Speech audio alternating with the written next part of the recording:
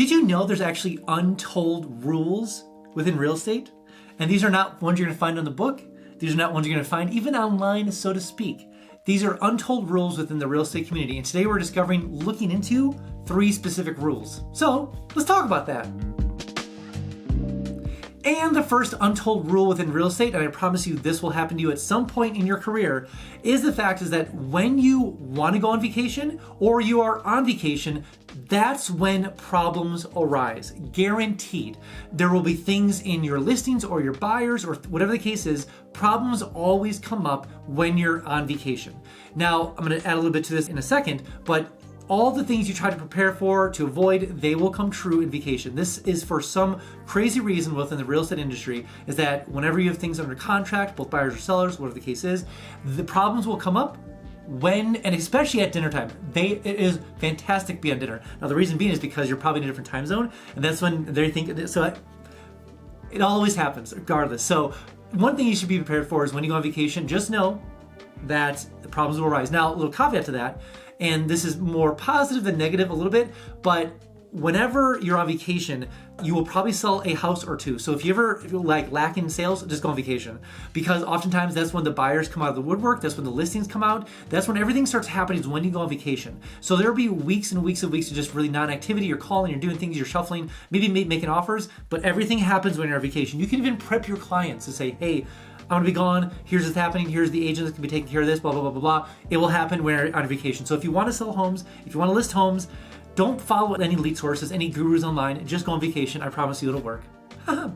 And the second untold rule that happens in real estate all the time, and this is going to be particular to agent, is the fact that the agent that you probably just did a deal with that just ground your gears to the edge, and you were so professional, tried to read the text messages right, and the undertones and the conversation and the belittling and yada, you know, all the things you tried to avoid, maybe even got a little bit heated, you went back and forth, and you're like, thank God this deal is done.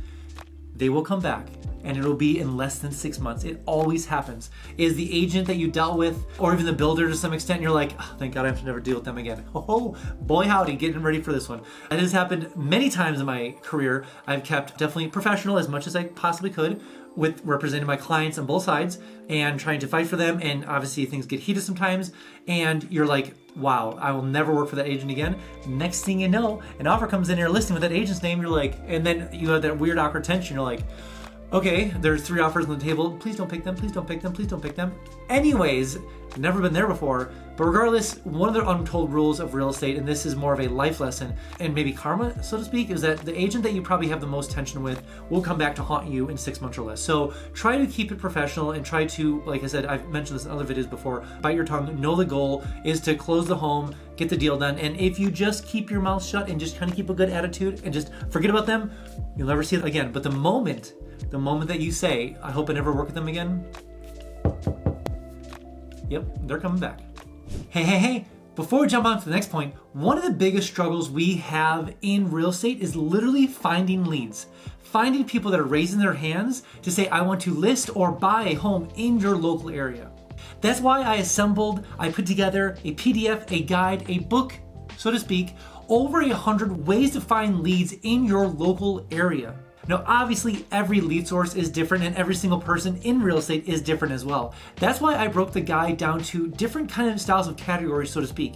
Maybe you want to do social media, maybe you don't want to do social media. Maybe you're an extrovert, maybe you're an introvert. Maybe you want to go to farmers markets. Maybe you want to be out in the community more. Maybe you want to be behind the scenes more introverted. There are so many ways in this guide broken down to your personality style that you're not going to feel like it's the end of the world if you sit a certain kind of personality style. Say you're an introvert. You don't want to be talking to people all the time. There are literally leads sources in here that you can do that are very introverted, that you don't get out and talk to a lot of people. It is very doable. My wife is an introvert and she does it just fine. So regardless of what personality style, whatever kind of style you want to be when it comes to finding leads, download the actual guide below, the PDF, the actual book, download that below and let me know how you're using it. There are so many different ways of actually finding leads. These ones are battle tested between me and quite a few other agents I've worked with, and plus my 15-year career in real estate. Let me know which ones are working for you and maybe which ones I need to add to the whole booklet itself.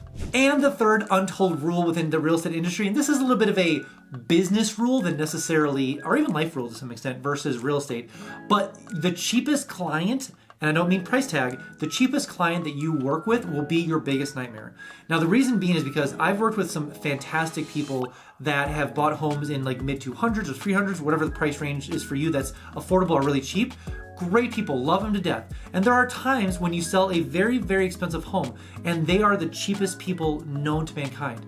And they will nickel and dime everything. Negotiations go horribly. Everything just has a sour note all the way through, all the way to the closing table until there's problems at the house and the final walkthrough and like, where's the money gonna come from? Then they're looking at you. I'm like, oh my God. And oftentimes it's just a constant fight to the end. Now, sometimes, just a little bit forewarning, if you play the FSBO game, the for sale by owner game, naturally they're bent towards cheapness. So it is a fascinating game to start calling on people on for sale by owners that already like, no, I already want cheapness there because they want to skip the system or skip professional help and just go right to market, which is a choice for sure, a choice they have to sometimes experience. But then at the same time, they're like, well, since I have to pay money now, I want it as cheap as possible. So there's that, and they don't respect real estate agents. So it's definitely, I have my qualms with calling on FSBOs, but regardless, they're already in the cheap factor as it is. But when it comes to clients, usually the cheapest people that just kind of like, that are hard to work with, they have to squeeze every single minute, every single dollar. They will get every little ounce of juice out of that orange, and you're a part of that orange, I guarantee that. They will get every single bit of juice out of that orange, and they will squeeze everything dry, and then they will close on the house. And in your mind, and I've been guilty of this is why I know this, is that you're thinking, of course you're doing it for the money because you want the commission check to then get rid of them and just like, please leave me alone because I never want to work with you again. Like, why would you want to work with them again? But the other part is that you're thinking like, I'm going to get a good review or this, or maybe there's connections. Like you convince yourself a lot of ways, like this person has connections to this people and this person, they said they're a venture capitalist and blah, blah, blah, blah, blah. Whatever thing you want to put in your mind to justify the reason why you're working with them. Again, a little bit of a life lesson, side note, business note, real estate note. They're never going to contact you. If you do work with them again, they're going to squeeze you again for everything. It's like, it's not these golden gates don't open the moment you close on the house. It's like, oh, now you're worthy of all my time and all my money. I'm not going to nickel and dime you for anything. So just know it will be a constant thing. And the hope would be, the thinking is like, oh, they get me into doors and access or doors in different places. But the doors they open are not the doors you want to be in, let me tell you that. So when it comes to clients who squeeze you to the very end that are cheapest, just know that they will get everything out of you. And then secondly, they're not going to recommend you to their friends. And secondly, the friends that you have around them, they're probably the same exact way. So little life lesson, done this before, hopefully never do it again, but you know how the industry works. So regardless, they are not fun to work with.